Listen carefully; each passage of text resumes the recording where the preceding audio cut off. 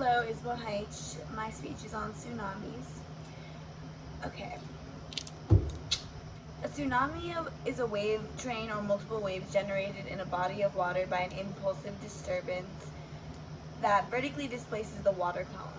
It attacks coastlines, ultimately leaving extremely bad damage to people and properties. Tsunami is a Japanese word meaning harbor wave. Tsunamis are unlike wind-generated waves, which are just like big waves crashing onto the shore. They're categorized as shallow water waves with long periods and wavelengths, which is what makes them different because they're obviously bigger and longer. The tsunamis can be generated when the seafloor abruptly deforms and vertically displaces the overlying water.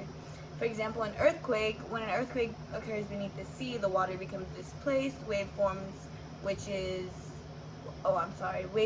they act under the influence of gravity, it's basically acting against gravity, attempting to regain the equilibrium, which is it's trying to gain its balance back, kind of. Waves form from, when large areas of the seafloor elevate. This is when tsunamis can form. So, also, like submarines cause landslides.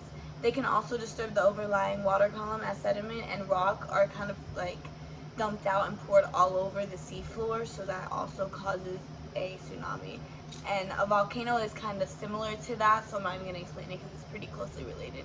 Generally speaking, tsunamis formed like this dissipate quickly and rarely affect coastlines distant from the source area. So if it's not too close, it might not even get affected, but then again, tsunamis are extremely big and dangerous, so they can definitely affect things. But like I said, so if it's not close to the coastline, then they're good. Tsunamis travel at a speed that is related to water depth. For example, if the depth is decreasing, the tsunami will slow down. But the tsunami's energy flux remains consistent. Consequently, as the tsunami speed decreases, the height of the wave dramatically increases. And finally, when it reaches the coast, a tsunami may appear rapidly rising or falling tide, a series of breaking waves, or it can even be like displayed as a bore. Tsunamis begin to lose energy if it reaches on shore. It slows, but it grows in height. Like, regardless of the energy it's losing, it still comes with an insanely large amount of energy, and that's why they're so, disruptive and large. Tsunamis may reach a maximum vertical height on shore above the sea level, often called a run-up height, and it can go from 10, 20 to 30 meters, which is absolutely humongous to me, at least. It's important to be informed about tsunamis because obviously they can be extremely dangerous. Like I said before, they can damage your property, can damage your children, your husband, your wife. It can take their life. It can paralyze them. It can drown them. It can do many of things. It can take away your land, knock down on your trees, ruin your house, ruin your belongings, absolutely all of that. It's important to be informed of them because they can also happen any time of the day or night, which is so scary to me. They move faster than a human being can even run, so it's not like you can run away from the tsunami, if you know what I mean. So all low-lying coastal areas can be struck by a tsunami, so if you live in a low-lying coastal area, you should be informed of that.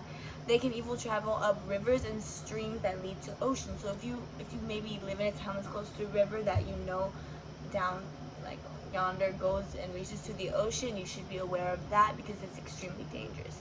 And there's no way we can prevent tsunamis since they're not man-made, disasters, but they are disasters, but we can definitely prepare for them.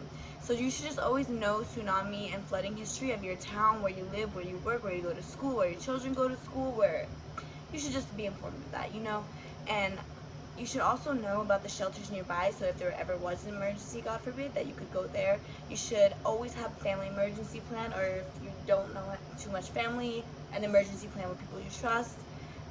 Consider maintaining a 2-week supply of food and water backed up in your house, and I know this may seem a little bit extra, but you never know, so you should always consider that. We're going through a crisis right now with the coronavirus. People are stocking up because nobody knows if we'll be locked up, in our houses for a while. And natural disasters are uncontrollable, but like I stated before, there's really nothing we can do but prepare, and that's why it's good to be informed on tsunamis, and I hope the little bit of background history and tips I gave you are helpful on that. Thank you, Isabel Heitch, speech.